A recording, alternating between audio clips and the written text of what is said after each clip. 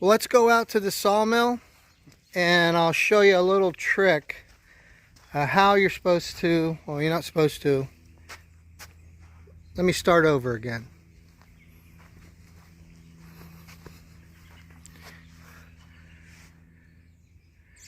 All right, let's go out to the sawmill and I'm going to show you a little trick of some spalted mango wood. And the funny part is it's really not a trick, but that's the name of the video. But it's just something that happens naturally. So every time I mill a piece of wood, I cut a chunk of the log off and I just throw it out here in the woods somewhere. And then I revisit it about 6 months later.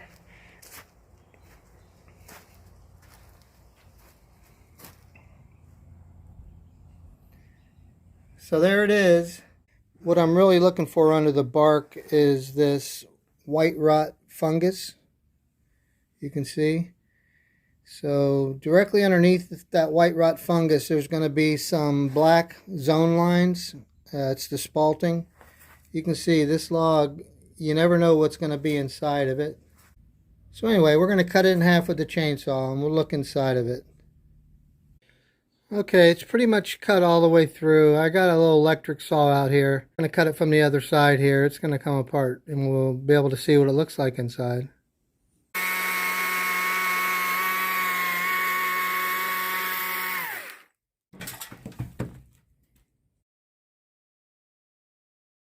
We definitely have some spalting going on.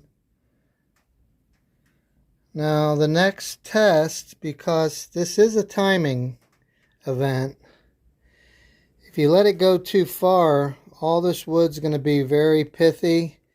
It won't hold up on the lathe. You'll get a lot of tear out. I'm afraid I might have went too long, but we're going to check it here in a second. Let's grab a hammer and see how dense this is. Alright, the old hammer test.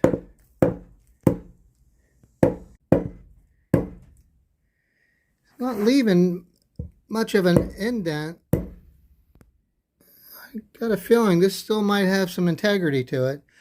Anyway, I'm going to make 4 bowl blanks out of it. I'll just cross cut these. But I'm removing the bark and I'm going to probably put these out in the sun or let them dry out. Slow down that process of decay. Tell that fungus to go live somewhere else.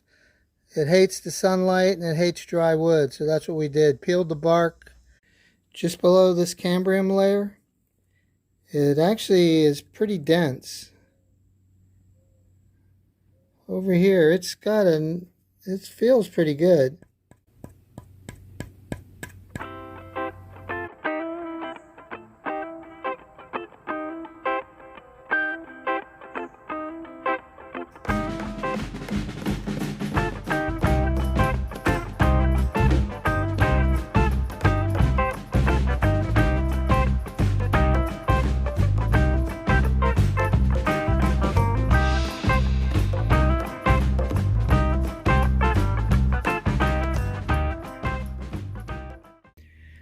Alright, let's go take a look at this. I did run some 150 sandpaper.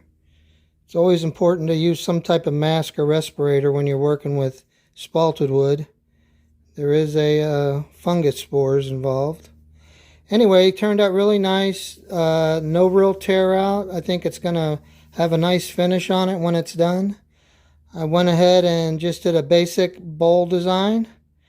Probably because that's all I'm capable of, but we won't talk about that.